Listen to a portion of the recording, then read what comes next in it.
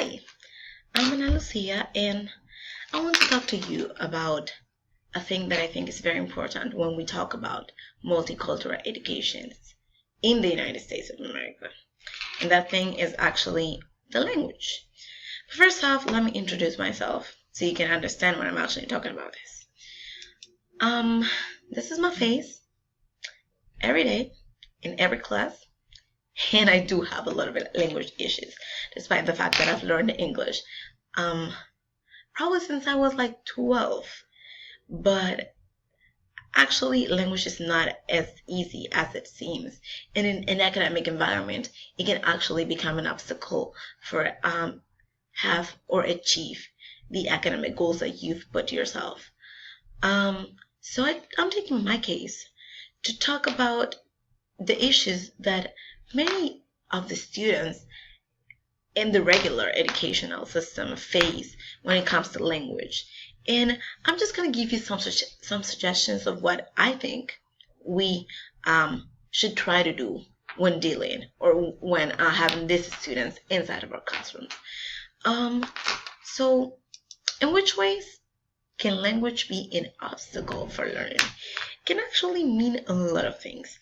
It can actually be manifested by limiting the students' performances, the ability to speak in public.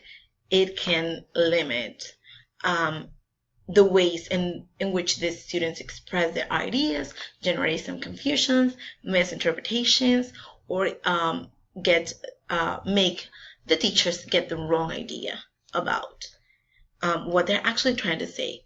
This is not easy, as I told you, and it can actually be very uncomfortable and get a lot of anxiety to a student. So basically, it can affect the academic performance that you have and interfere with the learning experience overall. However, there are some solutions that I want to talk about as ESL, dual or bilingual education, and some other initiatives that students have encountered to try to solve these issues that they do have with the language, specifically when they are non-native speakers. So this is a very important and interesting case that I'm going to bring into the conversation. And this is actually a case of a scholar that made a research about how Spanish and English interact in which context inside of classrooms. And she actually found out that students that are native speakers recognize the importance of English, but actually use Spanish to complement whatever things or whatever information they are given in English. So she talks about bimodal linguistic behavior. There is the shift they do between the languages that might be influenced by a little multiple factors, but actually it's very, very useful to their education when learning a second language. So what can we do? I do have two solutions that I think we should take into account if you guys have any student that is learning a new language, or you have schools with programs implemented in order to address the issues of learning a second language. First of all is that we need to understand the context and the background of your students, of our students, to offer them all the tools that they can use in order to complement the education they are receiving. And second of all, I think it's really, really important that we do not have any reserves or